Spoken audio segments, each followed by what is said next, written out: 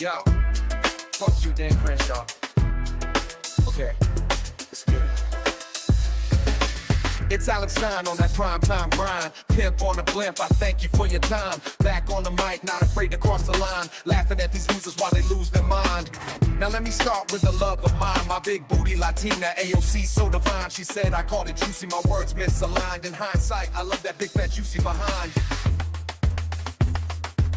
Back on track, I got two nuts combined in my tuck-friendly bathing suit where they are confined. But my nuts are too sublime, they don't quite align. White dudes for hair, surely find a comfy design. Alex Stein 99, yeah, pimp on a blimp. Bet on men beating women at the Olympic. Just one punch in the eye, now she is limping. Millionaire overnight now, I'm big blimping.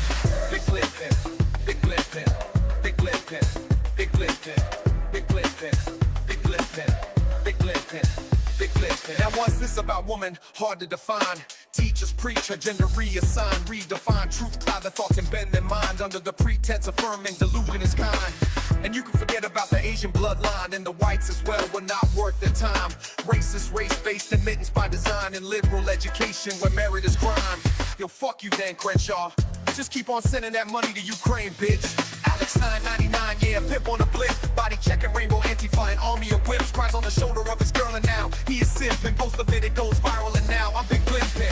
Big blimping, big blimping, big blimping, big blimping, big blimping, big blimping, big blimping, big blimping. Now shifting over to illegals this time. Electoral college being undermined. Misaligned precedent, the establishment enshrined. But the illegals love Trump, didn't you see their signs? But what's more illegal than a fetus in their mind? The point which life begins they can never define. Certainly not at conception they opine. Media won't let this be properly maligned. Alex Stein 99, yeah, pimp on a blimp. Asking feminist simple questions, you don't give them a hint. Ask if mandates a choice and now she is flipping. I just blew a blip in mine and now I'm big blimping.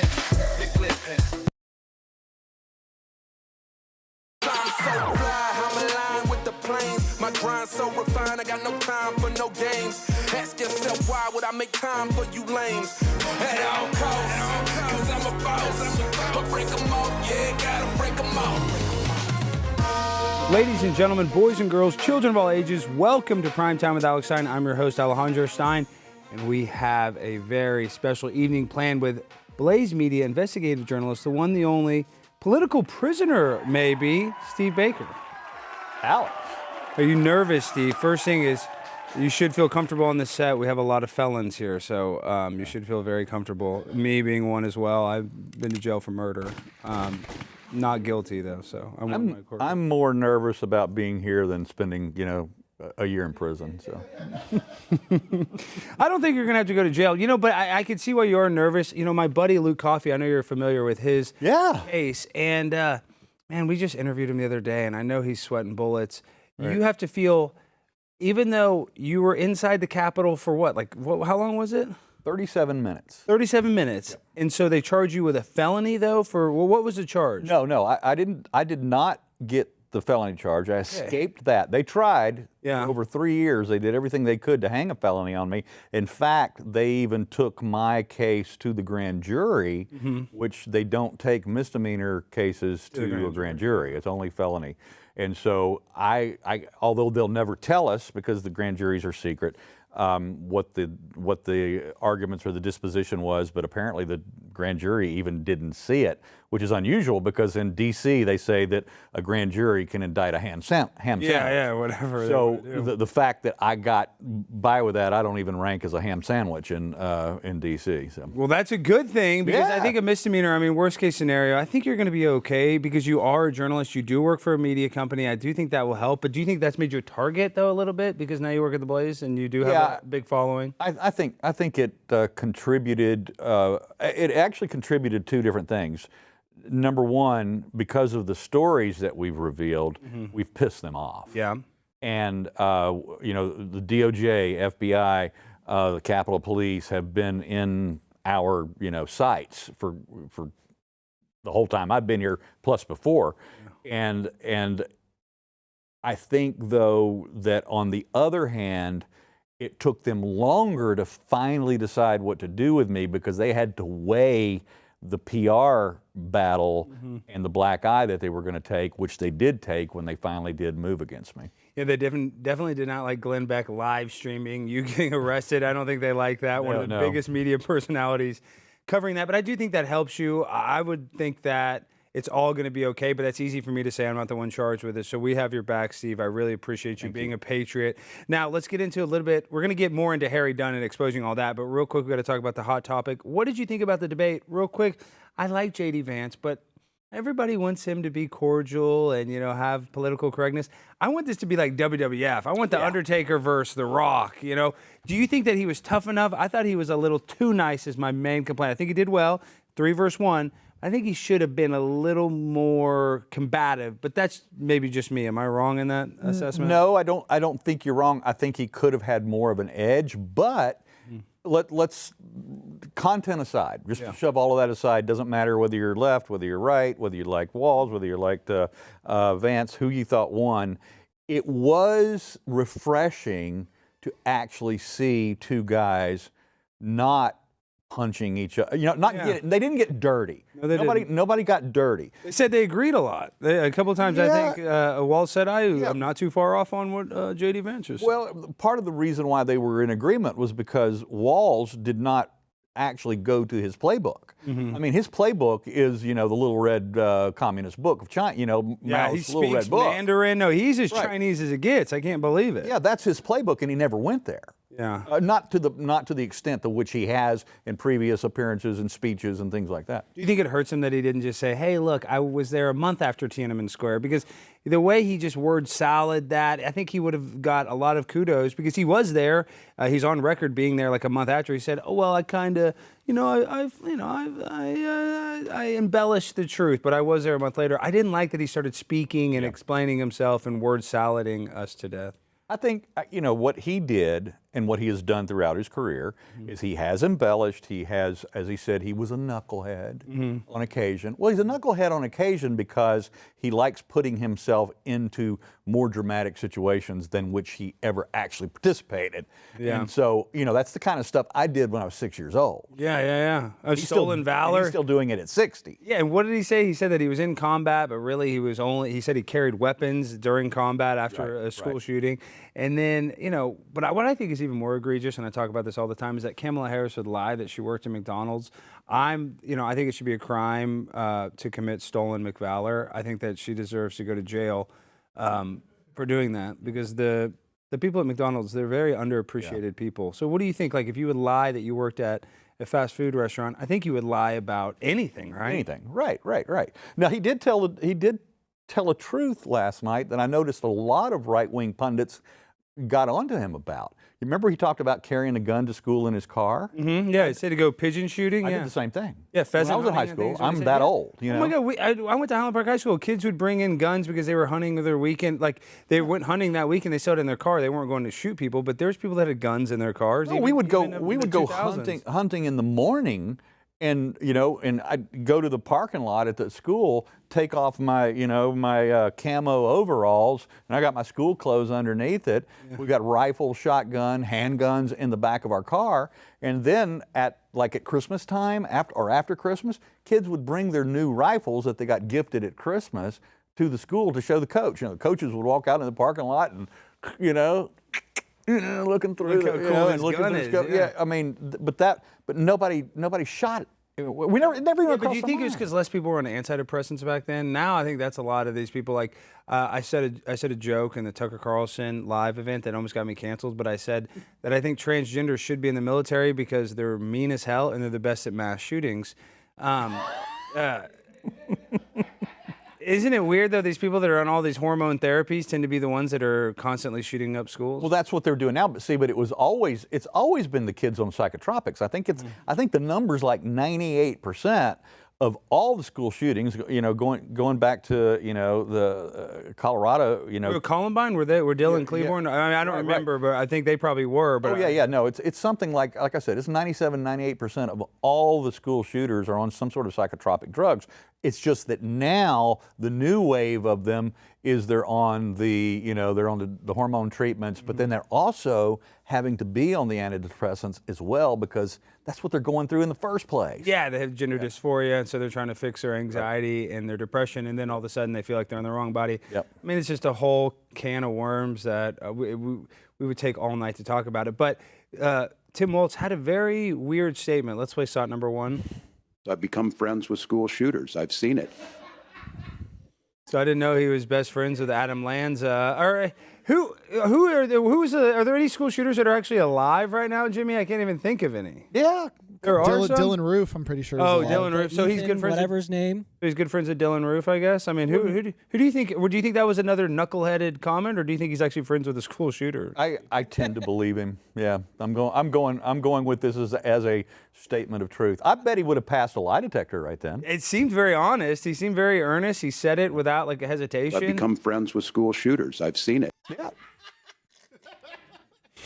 I mean, that's pretty authoritative. It was very authoritative. I mean, very governor-esque. How does he become the governor, though, of a state where it's just basically collapsing? He said the home prices are down, but maybe that's because George Floyd caused everybody to burn the city down. I mean, is that maybe part of the reason? No, I just actually spent several days in Minneapolis doing an investigative report, which will be rolling out soon. The reason why property values are down in Minneapolis right now is because of the Somali population. Of course, yeah. You got 100,000 Somalis have moved in, and businesses, so we're talking about retail places, office space, they're giving it away. When I say they're giving it away, they're literally, the landowners, or the property owners, the real estate developers are offering like pennies on the dollar per square foot, and then begging you and offering you 6, 12, 24 months free lease to sign a 5-year lease with them. And so then when you show up to do the site survey, and you look around and you go, oh, well, no wonder. I'm not going to bring my 200 employees to work out of this building. Little Somalia. And, are we, and I don't want to sound ignorant, but, they used to get mad at the Irish. When the Irish came over here to America, they'd be like, no Irish can work in this place. Is this what's going to happen in 100 years? America's going to be all Haitians, and they're going to be like, remember the Haitian Revolution when Donald Trump said we're eating cats and dogs? Like, are we the bad guys for saying that we don't want illegal immigrants taking over our country? We're not the bad guys for saying that. They do say that. They're like, you see these people on the left. They think that we're xenophobic, right? Because we don't want illegal immigrants. Whether they're eating cats or dogs, or whether that's true or not, I think it is. But I'm saying whether that's true or not, they think we're xenophobic for, I guess, not wanting foreign people to come to our country and take social services that should be going to our veterans or American-born citizens. I want foreign people coming to our country. I'm not anti-immigration. I want them to go through the immigration process legally. I want them to go through the naturalization process legally. I want them to take the test and become citizens. Generally, people that do that actually integrate well. They actually adopt the aspects of our culture that they love, which attracted them in the first place, rather than coming over and not adapting to who we are. They then do the exact opposite. It's not that they don't assimilate. They then they want to force us, just like in Somalia, little Somalia in Minneapolis.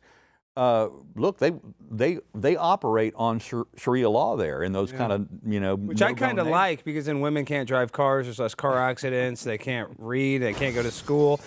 Jimmy, real quick, Google this while you have it up. Google immigration test. I want to know some of the questions. I believe one of the questions on that test is like, what are the three branches of the government? Do you mean like a citizenship test? Yes. Yes. Well, do you not know what I mean when I say that, Jimmy? You went to Princeton. I don't have a Jimmy lot of went to common Princeton. sense. What do you think about I'm Ivy also League? still very anti-Irish, just for the record. I'd like Okay, let's not get canceled. We're pro. We love Conor McGregor. We're voting for him as prime minister. The immigration test, so I want to take it real quick. Do you want me to read them? There's 100. I'll just read the 100 questions? Yeah, it's a lot. Read a couple of them. Let's see if we can answer them. What is the supreme law of the land? What is supreme law? That means the Constitution. No, I know what that means. That means that it comes with sour cream and tomatoes. What is one right or freedom from the First Amendment?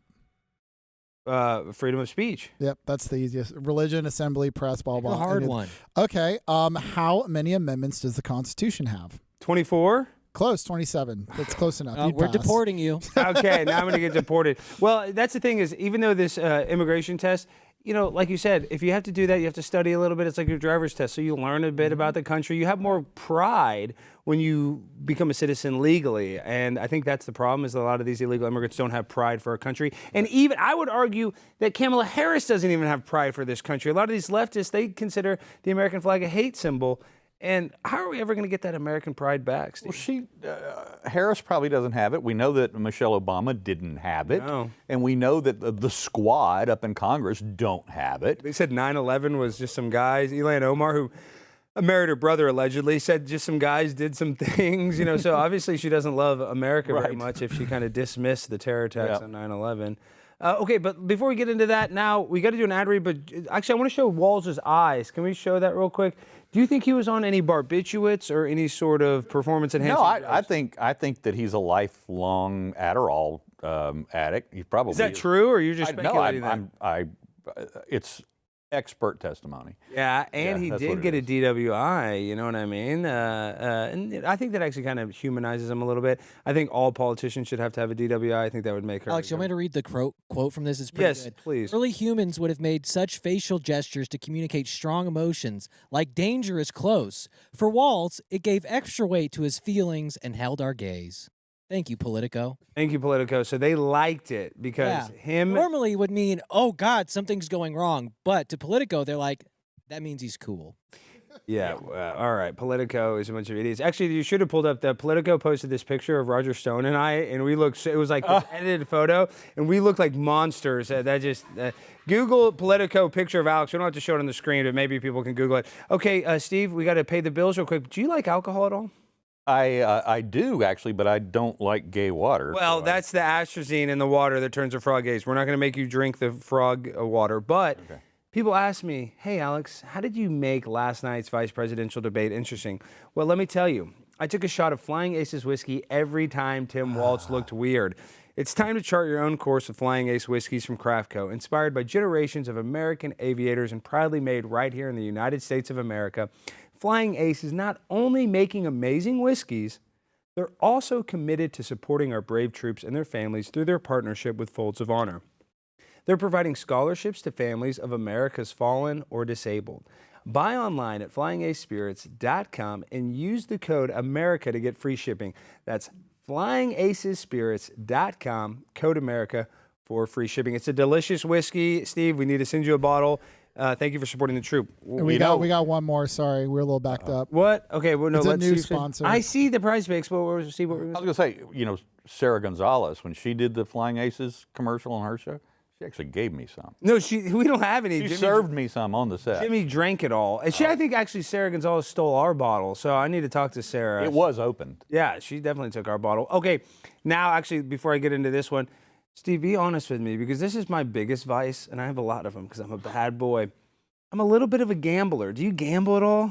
You know, I have an affinity for blackjack. I love blackjack. I'm not just saying that. Do you hit on 16 or do you stay on 16? I have another system altogether. Yeah, what is your system real quick before we get in? I love gambling. And I try not to do that much, and I always try to take enough that I can lose. But I love blackjack. I like it. Me and my buddy Tim Pool, we go to the casino, we play blackjack, we'll play roulette, we'll play we'll play poker. We'll go put a couple $100 in a slot machine. Like, we'll just play all the games. I'm with Tim on Friday, so maybe I need to... Oh, you're on Friday? That's Tim and I are gamblers. You got to say, Tim. All right. I'll text him. I'm going to text him. Tim will take you. Send it up to him. Tim will go. And Tim, even though he has a lot of money, he plays like $100 a hand. He's not too crazy. Like, that's a lot of money. I'm just saying, we're only playing 5 or 6 hands. He works so hard. He only stays at the casino for like an hour and a half. So no, my system is a slow grind. Can you count? Some people think I do, but I don't. You don't? No. In fact, invariably, they almost always send a floor manager over to watch me to make sure that I'm not counting. But once he sees my system, he goes, "No, he's." Have you been backed off? I've been backed off before from winning. Yeah. It's very embarrassing, Jimmy. You've never done that because you're a pussy, and he's never been at a casino where the pit boss backs you off. And it's happened to me a couple times where I was winning on not roulette. They never back you off for roulette because that's just a game of chance. But like if I'm winning on blackjack, they'll think, oh, what is he doing? They've backed me off before just because I was up like $1,000. Yeah, that's nothing. Yeah, it's not that much. However, Alex, I want to make it clear that PrizePicks is not gambling. It's daily PrizePicks fantasy. is not gambling. Yeah. Okay, yes. So all that things you said, we're not going to include in the ad Does read. not No, we're not. Does This not next thing apply. is you guys don't have to be degenerate gamblers like Steve and I that love playing 21, but you can play this game. I want to tell you all about America's #1 daily fantasy sports app. It's called PrizePicks, and it has over 5 million active members. We're talking about the easiest and most exciting way to play daily fantasy sports, an app where it's just you against the numbers. You just pick more or less on 2 to 6 player stat projections and watch the winnings roll in. PrizePicks is the best way to get action on sports in most states, including California, Texas, and Georgia. It's the only real money daily fantasy platform with an injury insurance policy so that your lineups stay in play even if one of your players gets injured. If your player leaves in the first half and doesn't return, with PrizePicks, your picks are still live, and PrizePicks invented the flex play, which means you can still cash out if your lineup isn't perfect. Download the PrizePicks app today and use the code Alex Stein to get $50 instantly when you play $5, guys. That's code Alex Stein on PrizePicks to get $50 instantly when you play just $5. You don't even need to win to receive the $50 bonus. It's guaranteed. PrizePicks, run your game. And I want to say that this is not gambling, but definitely play PrizePicks responsibly. And somebody, honestly, who's watching this, I know some of you degenerates are out there. You guys are like me. I'm going to sign up tonight. Go use my promo code Alex Stein because, heck, PrizePicks is paying some money. We need to keep this show going. Go play $5. Get the $50 free. Use them. Like when you go to these casinos. Now, when we talk not PrizePicks, but actually go into a casino, even though you're going to get a lot of junk mail, I think everybody should sign up for the players card because you oftentimes get a free buffet. You oftentimes get discounted hotel stays. You oftentimes get free play at the slot machine. So there are some benefits to signing up. Yes, they do want to get you addicted to it. That's the one caveat. But as long as you're not an addictive personality like I am, you'll be okay. Alex, I got that Politico picture. You want it? Yeah, can you put it up? Look at that picture. Dude, that was at Mar-a-Lago at this like big event. And like, that's the picture they used of me. It's such BS.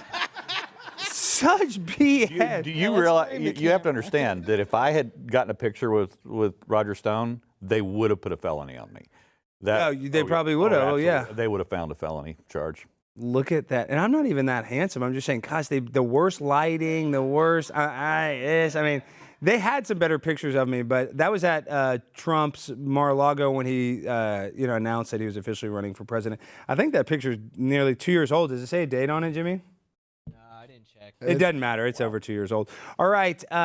Now, Steve, let's get into what's going on. I'm so sick of these damn politicians giving billions of dollars to Ukraine while people here in America and Asheville and all over the Carolinas are suffering. What the hell's going on with this hurricane and the hurricane disaster relief that they're trying to, I don't know if it's a conspiracy theory, but stop people from helping? It appears that this is going on. Now, I am like fully focused on this. This has messed up all the other projects that I'm working on. I'll just tell you. So I went in Monday morning when Matt Peterson, our editor-in-chief for the Blaze, got here. I was here early. He came in. I walked in, knocked on his door, and I said, Matt, I got to talk to you about something, and I'm asking you to talk me out of what I'm about to do this. So what I'm about to say to you is not a sales pitch. I do this all the time. I want somebody to tell me not to do something because am I too crazy? Yeah, but go ahead. yeah. Sorry, and I do this all the time. I said, my stack of stuff and the number of stories that we're working on right now, like this, I mentioned Minneapolis. I've got stories about being at the DNC in Chicago that we still have yet to tell. I've got stories in our investigative process in D.C. and January 6th. January 6th stuff. You got a bunch of junk you got to talk about. I got a stack of stuff going, and I said, but Matt, something's wrong in North Carolina, and I think I need to be there. And you know what he did? He went, yeah, you need to be there. I agree. I'm like, crap, man. What? He didn't even try to talk me out of it. And so what did you do? So tell us what happened. Well, so I've started the process of rearranging my schedule. If I didn't have to be or wasn't already booked with Tim on Friday, I'd already be in North Carolina. So I'm going to fly up tomorrow, do the Tim thing. I've got to meet with a couple other people on one of these other stories, and then I'll be back here Monday, and then I'm headed to North Carolina, and I think there's something something weird going on. How big of a conspiracy theorist are you? Because I believe that they can. Well, okay, I am. I believe they can manipulate the weather. They have a thing called cloud seeding, and that, I mean, maybe was this a weather manipulation thing? Did they want this hurricane to happen to distract us, or these are crucial states for Alex, Donald did Trump? you see the lithium? What about the lithium? There's a lithium area where they're doing lithium mining, and there's also some chip production over there, from what I read, that was right in the path of the hurricane. So what? Why would they want to shut down? What's the conspiracy behind that? I think they want to get rid of the housing so they can mine more of the lithium. Oh, My well, personal what do you think happened in Maui, Steve? Oh, I totally think that was an alien attack. No, seriously, but something weird happened. Yeah, I mean, I don't see. Here's what I don't have any conspiratorial ideas about what happened. I think that was all naturally occurring, what took place. I have a problem with the government's response and reaction. That's what There's a conspiracy there, because there's a conspiracy. You give them only $750 or whatever it was. This is the same thing that's given me the willies, and my radar's pinging, and I trust that. That's why I do what I do. Is I have I trust these feelings and these intuitions I get. That's your second brain, is your gut. I feel like that is almost a smarter brain. And something is not right in North Carolina, and I've got to get there and find out. Well, we really appreciate you risking your life going there. I mean, I know now the storm's not going on, but just being there right now, it's probably disaster zone. They don't have internet. There's a lot of, I mean, I don't understand how we can't get this stuff back up and running, though, how we can't get the military in there and get their power up. We have Starlink. Like, you would think that this would be our focus instead of giving all this money to Ukraine, or even, we support Israel, but like we send Israel. I think that they have they have aircraft carriers all over the Middle East right now, but why aren't there like aircraft carriers on the coast of North Carolina or the Carolinas helping out? Like, I don't know. I just don't feel like we're doing enough. Our alleged President Biden authorized 1,000 troops from Fort Bragg. Of course, it's called Fort Liberty now. Why? Because Bragg was racist or something? Yeah, right. So yes, it has a.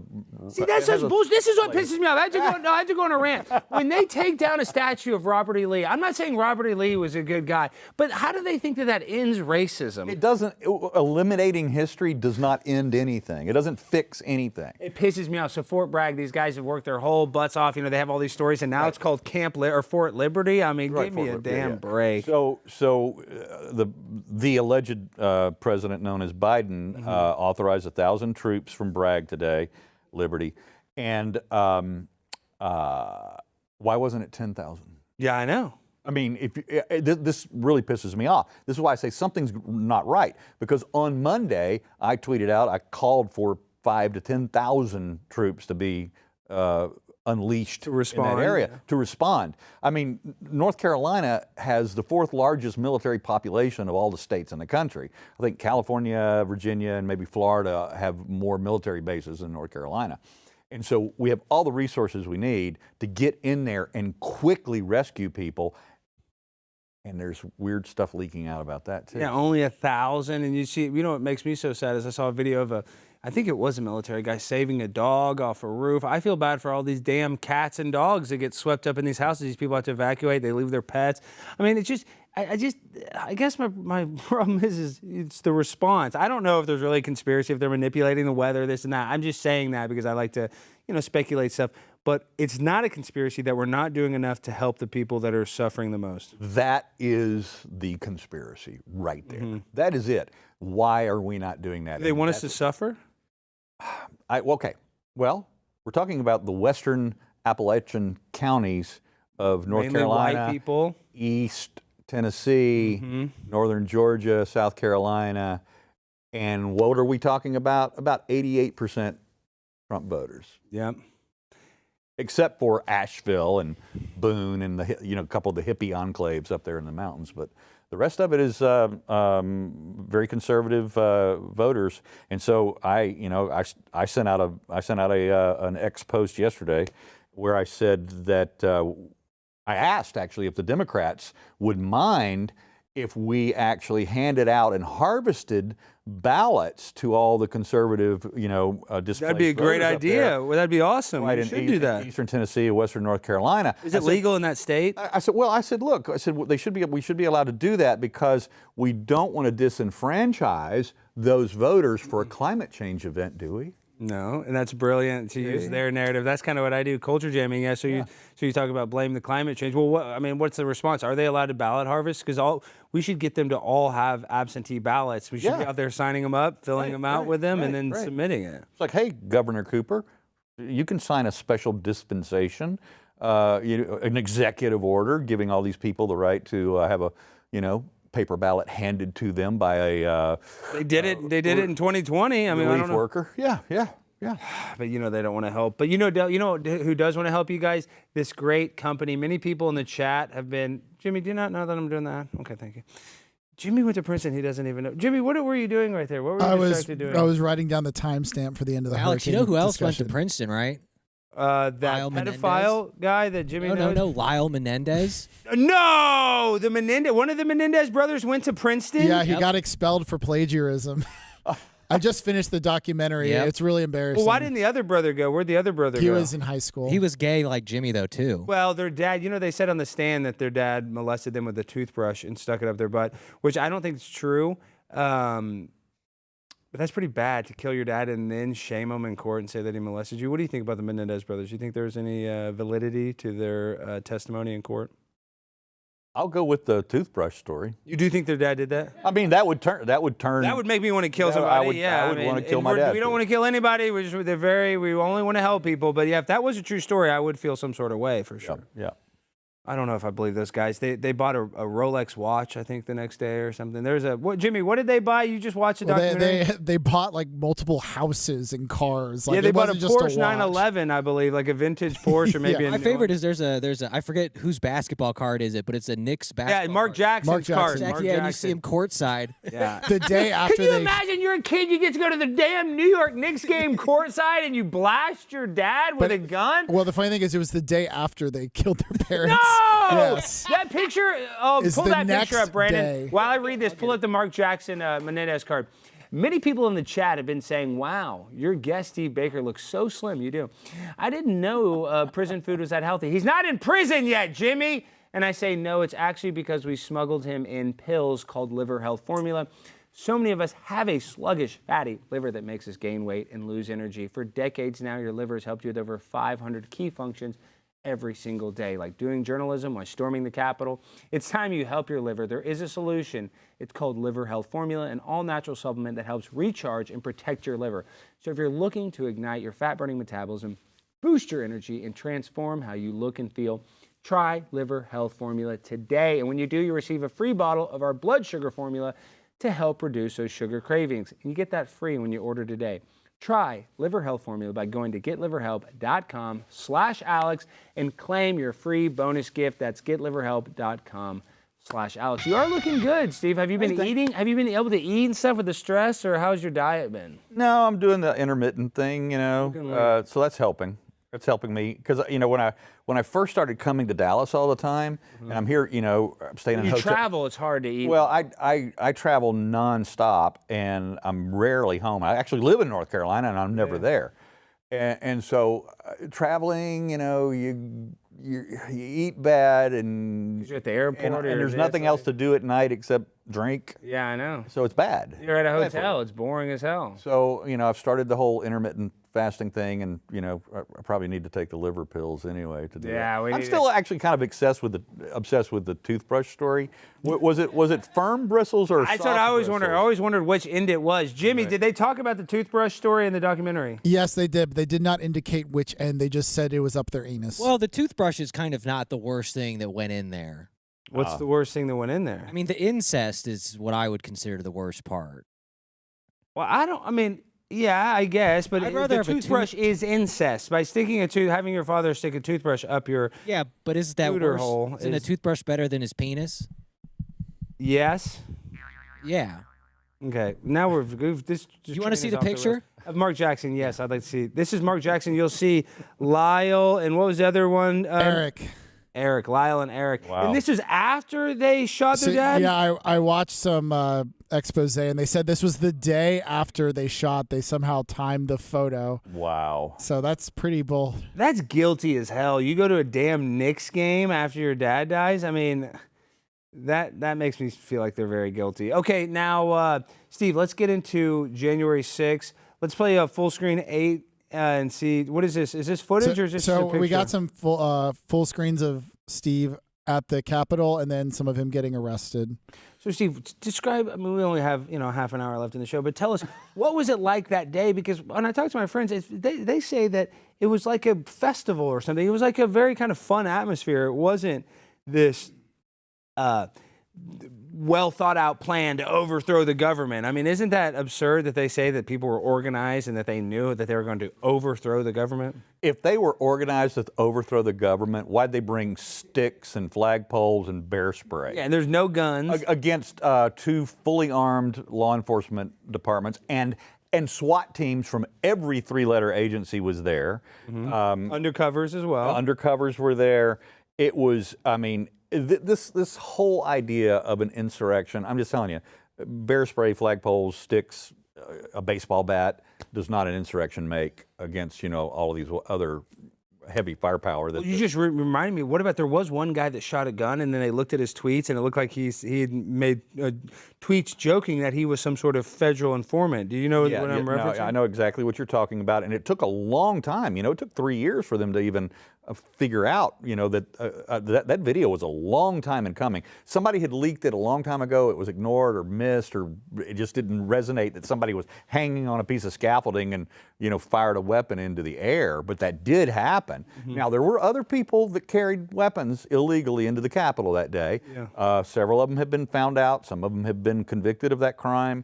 But the most important part of this story, if we're talking about firearms, is that none of those protesters, thank God, used a firearm against a cop, because then I think that we would have lost the Second Amendment by now. Wow, that would have been really strong. I believe that. But and then you look at the people that died, Roseanne Boylan, who was a patriot, and then Ashley Babbitt, who was a veteran, and they shot her like she was a stray dog. And, they shot her like she was nothing.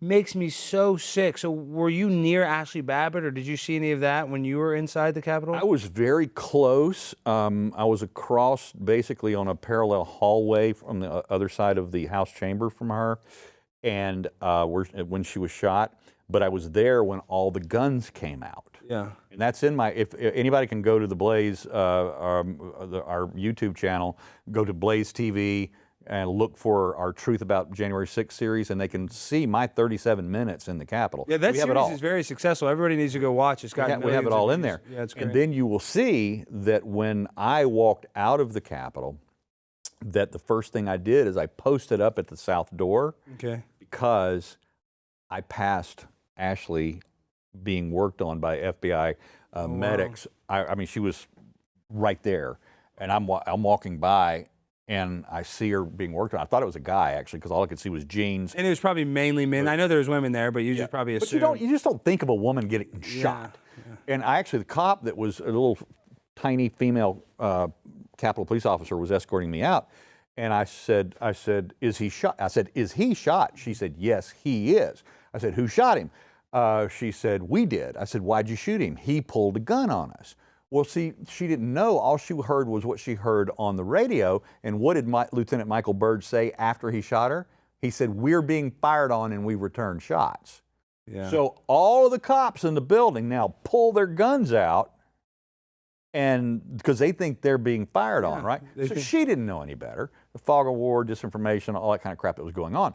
So she escorts me to the door, and as I'm leaving the south exit or entrance of the Capitol, and having just passed by whoever they were working on, because I couldn't see anything but boots and jeans and blood, and then somebody doing chest compressions, and then the EMTs were coming in with the gurney.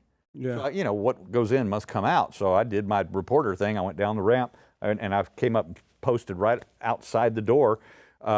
Exactly a minute later, the doors open after I post up, and have the camera running. 30 seconds after that, they're escorting with the long guns and everything, the stretcher, the gurney out. They're still working on her feverishly, and then I start following them down the wheelchair ramp with my camera, and then you can hear me on my own camera go, holy shit, it's a woman. Yeah, wow. And then I could see, and her head was leaned over my direction, the eyes were blank, she was gone, and I could see that it was a female, and I could see the bare breast at that point.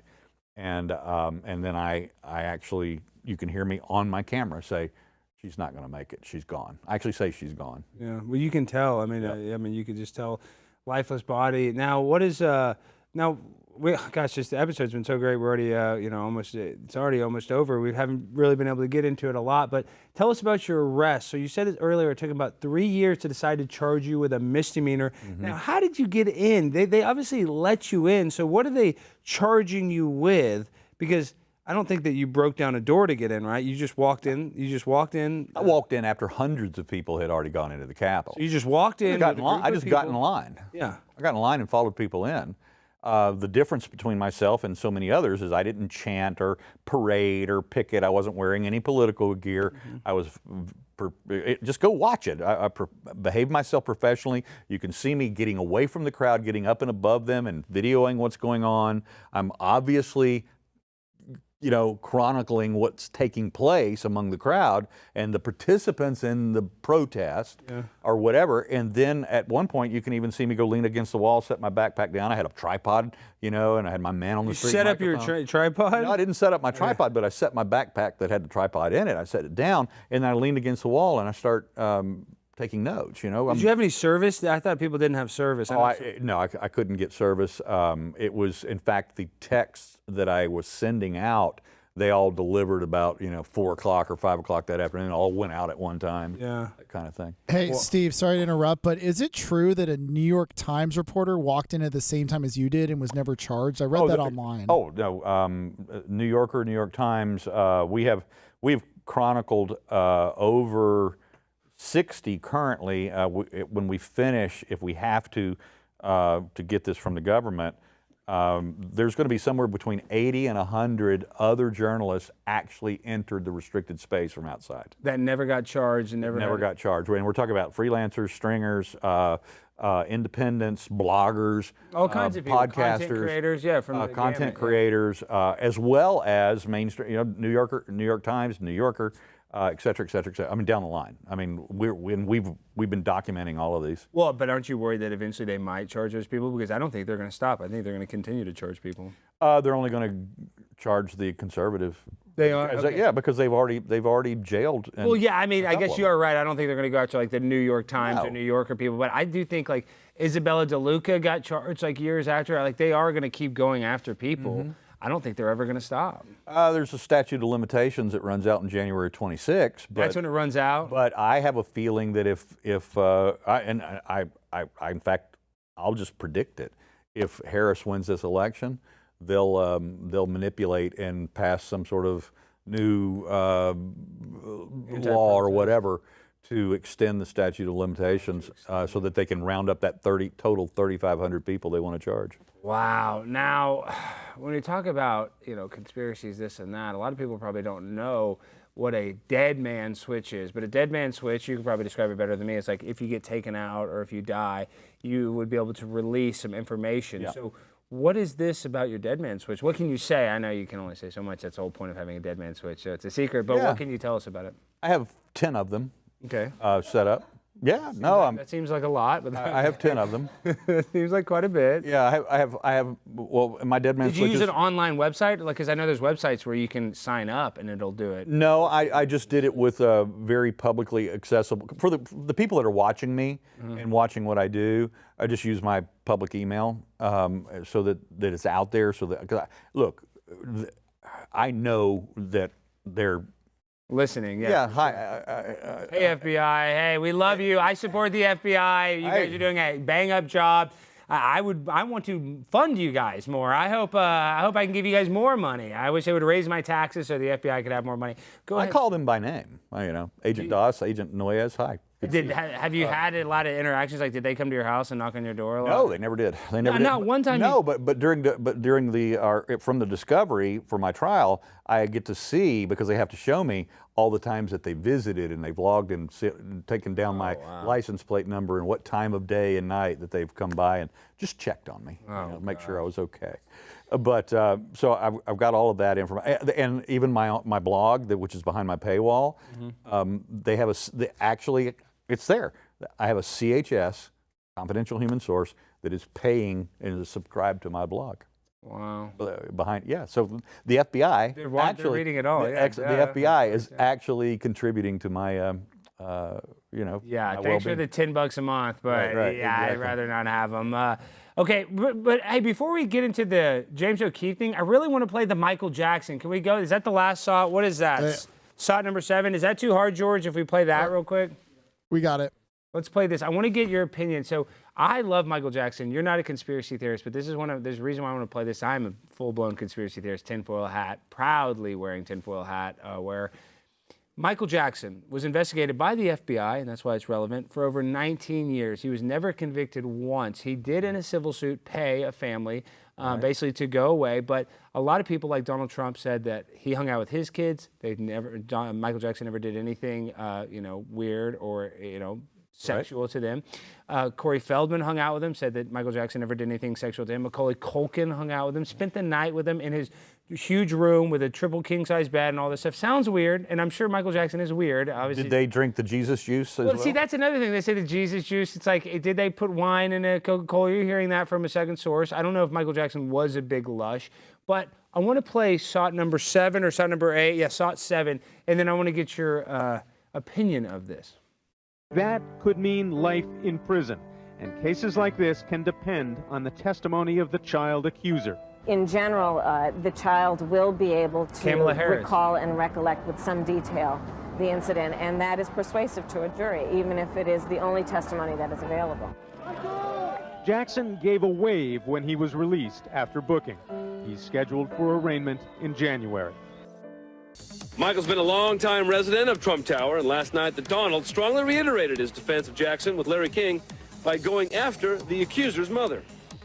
She's had plenty of experience at going after people, and she goes after them viciously and violently, and I saw a story and I read another story about some of the things she's done, and I don't believe it. But you know what it's like when an indictment comes down. It's tough. It's presumption. It's tough. It's tough to win. But I have a feeling he's going to win, Larry. The interesting thing is I've known Michael from many different standpoints, and Michael would spend a lot of time with my kids. I have beautiful kids, and at the time, like at Mar-a-Lago, and even in Trump Tower, the kids were very young. Michael would come, play with the kids. He just loved children. He was not a child molester, and I am certain of that. He loved children. He'd play with my son Eric and my son Donald, and he'd just play with them forever. He loved children, but he was not a child molester. And, that whole final saga of Neverland and the police and what they did was, I think, a very, very bad part of Michael's life. The reason that's important to me is that Michael Jackson now, a lot of people call him a weird, a pervert, this and that. I disagree with that. Donald Trump would disagree with that. But Kamala Harris was on record saying that she wants to arrest this guy for being a pedophile. Yet she is part of the DNC with a pedophile ring ran by Jeffrey Epstein that Bill Clinton was on 26 times.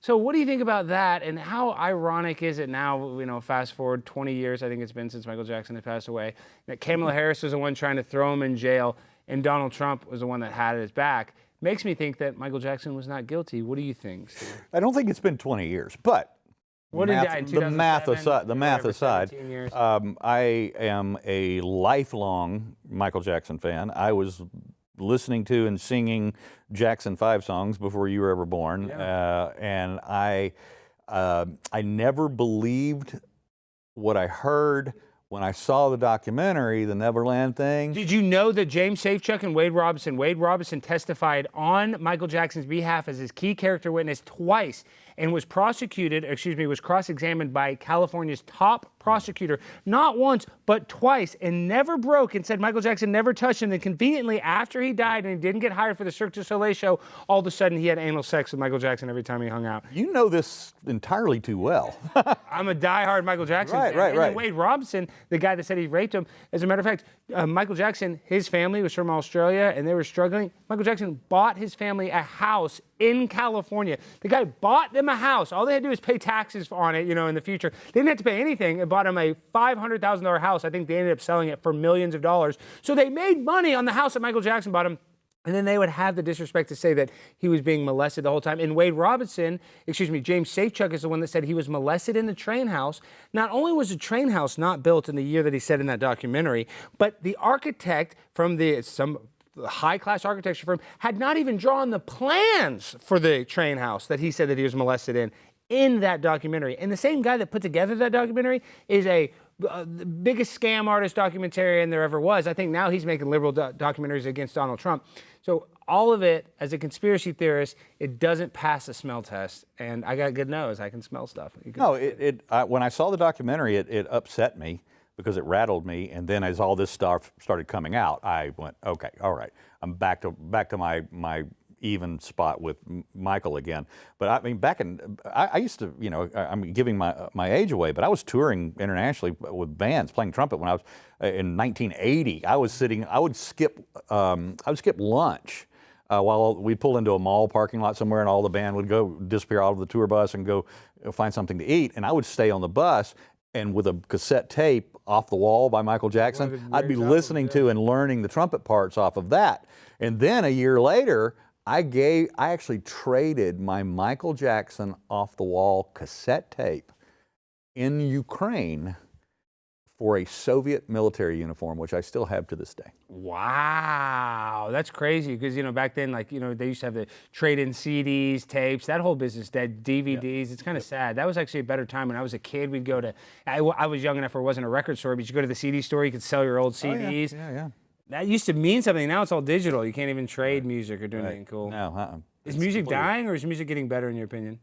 It's dying a slow and painful and excruciating death, but only if you listen to top 40. You get off the top 40, there's still some good stuff out there. What about this conspiracy? I don't know if you're familiar with the Tavistock Institute, but they would do military experiments on people, and that they would give people LSD, they would give people marijuana, they'd give them cocaine, and then have them listen to music, and they'd see how their body reacts.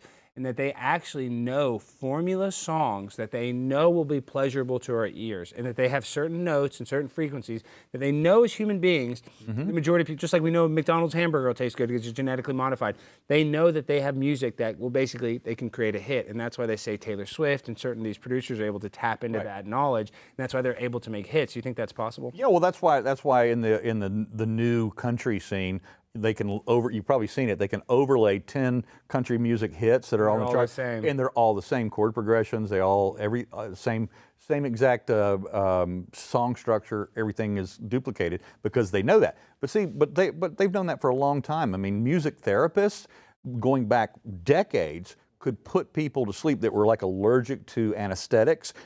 Music therapists could play certain sounds and series of chords and actually put people out so that they could have surgery.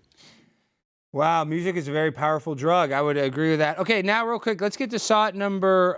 We got to hit the James O'Keefe. Well, I know. Let's just post the James O'Keefe because we only have Steve for 7 more minutes. Let's just we'll just play that after the show because we only got him for 5 minutes. That's like 6 minutes, so that's like the whole show. All right, we'll post the extended version after the show. Okay, we'll post the extended version. Well, we only have Steve here, and I want to react to some stuff. Okay, now actually, let's play a full screen 16, George, if you can. Now look at this conspiracy. I don't know if this is real or fake. Oh. Does that look like the same Puff Daddy to you? This is a very music-centric episode because Steve is a musician. I don't know if that's real or fake, but doesn't that look weird how he all of a sudden looks like he looks like a Haitian cannibal? Yeah, I mean, it looks like a severe change in bone structure, but it could be... The angle of the camera? That looks weird. It could be. I mean, who knows? Maybe he's done the whole Botox thing. I mean, there are some explanations I could come up with for this, but that's scary. That's weird. In the chat, put in the chat, do you think Puff Daddy has been cloned? Is that the original Puff Daddy? Is the original Puff Daddy on Epstein Island, and is the clone in jail? Yeah. Okay, now, Jimmy, this one's for you. Play a full screen 17. Jimmy, my producer, the other day at the Tucker Carlson event, where Tucker Carlson was so gracious to let me open up for him, my producer got sick from what, Jimmy? I ate too much ziti because it has gluten. I told you this was to troll So his wife is what is it called? Celiac disease? Yeah, she's deathly allergic to gluten bread. So Jimmy doesn't ever get to eat gluten. And this person, I love this person, Jimmy. I want to hire this person to be your arch nemesis. I don't know if people are going to chat. That says, I love gluten, I love gluten, I love gluten. So I want you to show this to your wife, and I want to see if this freaks her out, Jimmy. Will you do that tonight? Will you show her this clip? Yeah, I'll show her. Yeah, right away. And then get her reaction, and then I want to post that as a short. Do you understand? Got it. Wow. Alex, can we get his reaction to the Diddy lawyer SOT 5? Oh, yeah, let's play SOT 5 real quick. Now, this is Puff The biggest Daddy. secret This is the guy in the suing entertainment Puff Daddy. industry that really wasn't a secret at all True. has finally been revealed to the world. The wall of silence has now been broken, and victims are coming forward. Our team has had at this point more than 3,285 individuals contact us with people claiming to have been victimized by Sean Combs. After vetting, we now represent 120 individuals who intend to bring civil claims in civil court against Sean Diddy Combs, as well as claims against many other individuals and entities that we will name as defendants as we file these individual cases. So of the 120, I'm sure 20 of them are full of crap, just trying to get on the lawsuit, but I bet 100 of them are valid. Now, the reason why I wanted to play that, Michael Jackson, he had 3 accusers. I think he paid one of them off.